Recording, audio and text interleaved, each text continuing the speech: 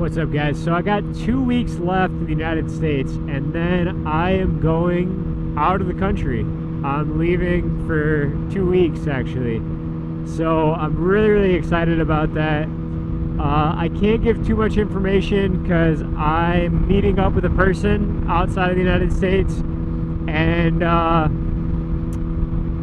I know that somebody that she knows watches my YouTube channel, so I don't want to. It's supposed to be a surprise for that person that we're meeting. So yeah, I can't give too much information, but I will say, give you a hint on where I'm going, what country it is. So the country that I'm going to is referenced in a song by Led Zeppelin. It's let's see, the land of the ice and snow, where the midnight sun shines and the hot springs flow. I think that's the lyrics. I'm not entirely sure if that's the lyrics, but you get the gist. That's the place that I'm going to. I've been talking to this person for a few years now, and I've told them that I was going to meet them in person eventually, but it kept on coming up to the point where either I didn't have the money to go or I didn't have the time off to go. So recently I kind of hit that sweet spot working for this company that I'm working for now, where I have the money and I have the time off. Well, the money's kind of questionable because unbeknownst to me, I planned this trip like three months ago. In that 3 months time, I figured out that my car was burning oil because the turbo was going bad, and last Wednesday my check engine light came on and my transmission was having problems, so that was $1,200 to fix. And the turbo, that's not including the turbo, so the turbo would have been like an additional $6 or $7 grand to fix, which I was not going to put that money into an old car. So I ended up buying a new car yesterday. So yeah, it's challenging, you know. So money's going to be tight for a while, but I still have this trip planned. I have enough money for this trip. I have enough money to cover at least a couple months of car payments and car insurance. My car insurance is really expensive because as you guys probably know, I was in an accident last year in 2021 in April, and the cops only charged me with failure to maintain control, but for some reason insurance, seeing that it was a motorcycle accident and I went off the road or whatever, they also put on my insurance record that I was reckless driving, which I was not reckless driving at all. I was going the speed limit of 50 miles per hour in a corner that had no signs posted that you should slow down in the corner, because it wasn't even that tight of a corner, and the wind blew me off the road. So I was really upset to hear about that through my insurance agent, that the insurance company was charging me with both of those. It was 4 points on my license. So my insurance is like $250 a month for full coverage on the new car and full coverage on the bike.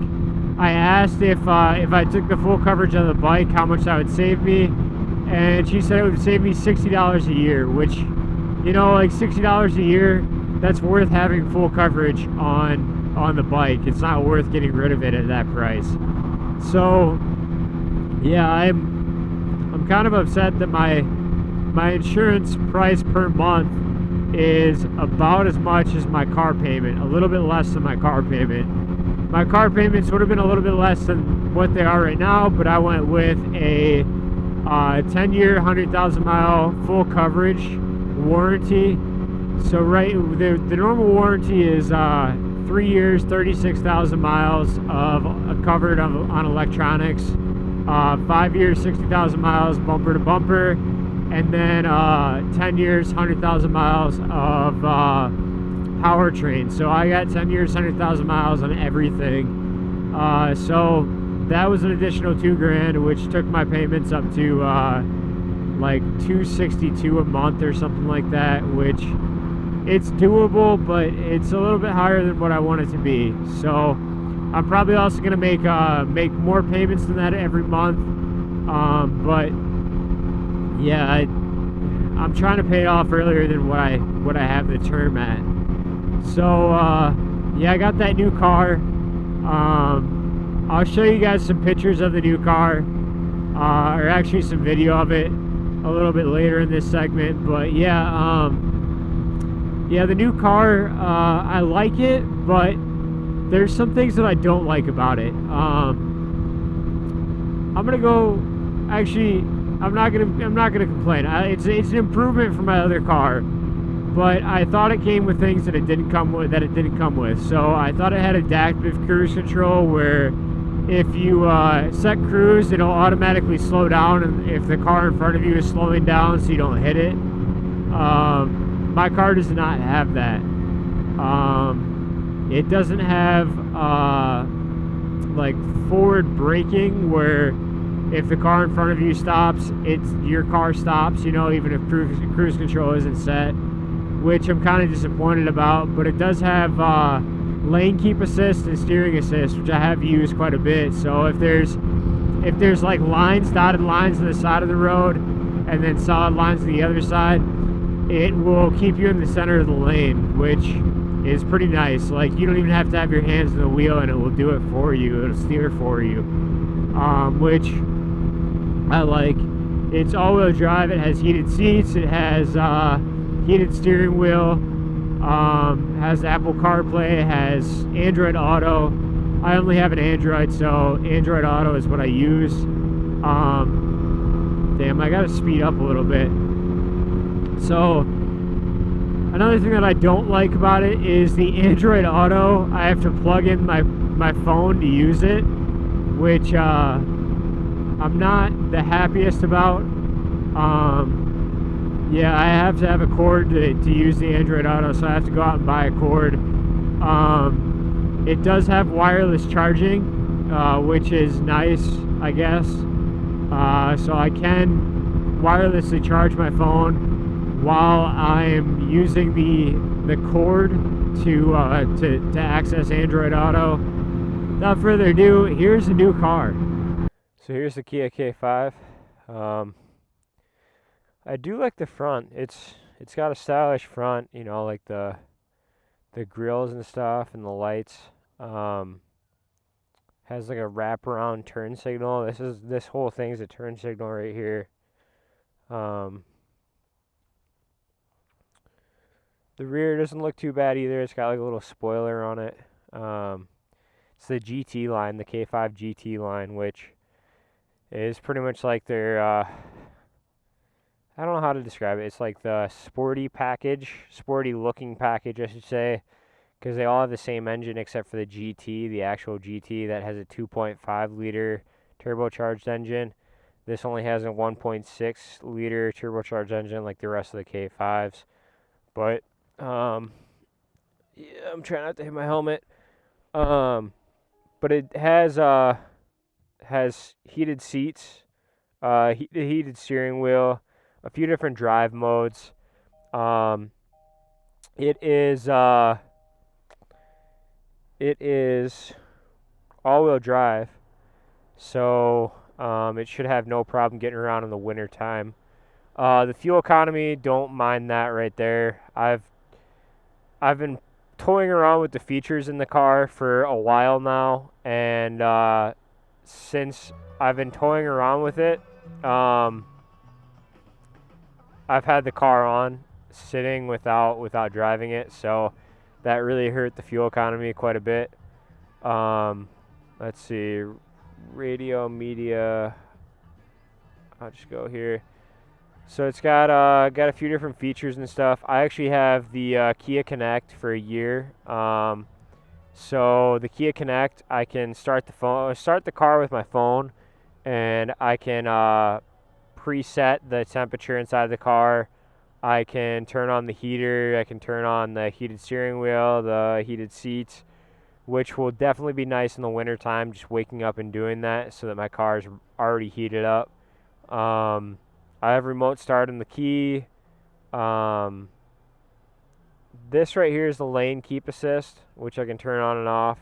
And then this right here is the steering assist. It's really, really cool. The car will steer itself.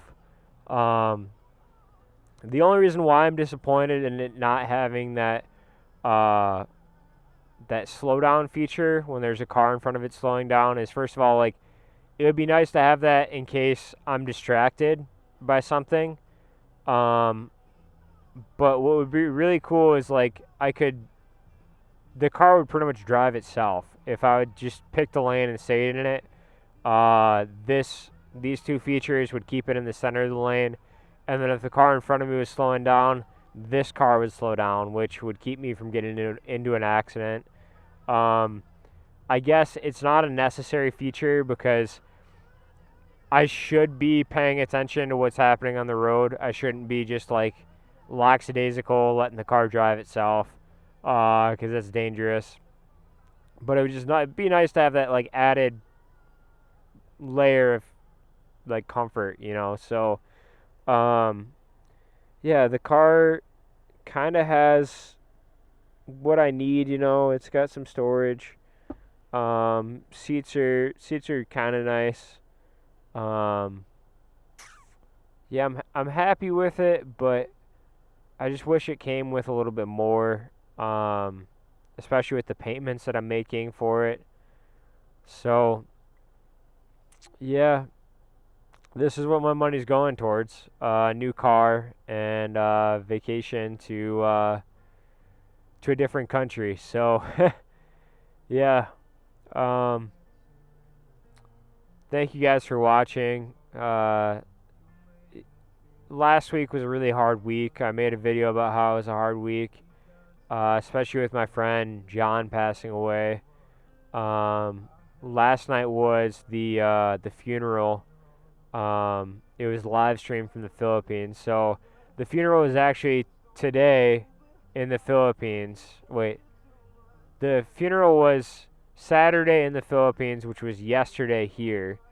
So yesterday night we watched the funeral live stream with friends and some family of John's, and there was not a dry eye in the house. Everyone was just crying at different parts during the live stream, and it was nice to kind of feel those emotions with other people that like understood where you're coming from and understood the pain that everyone was feeling. And when John Paulo made a speech about his brother during the service, it was just so sad because I could just see the pain in Paulo's face and the way he was talking, and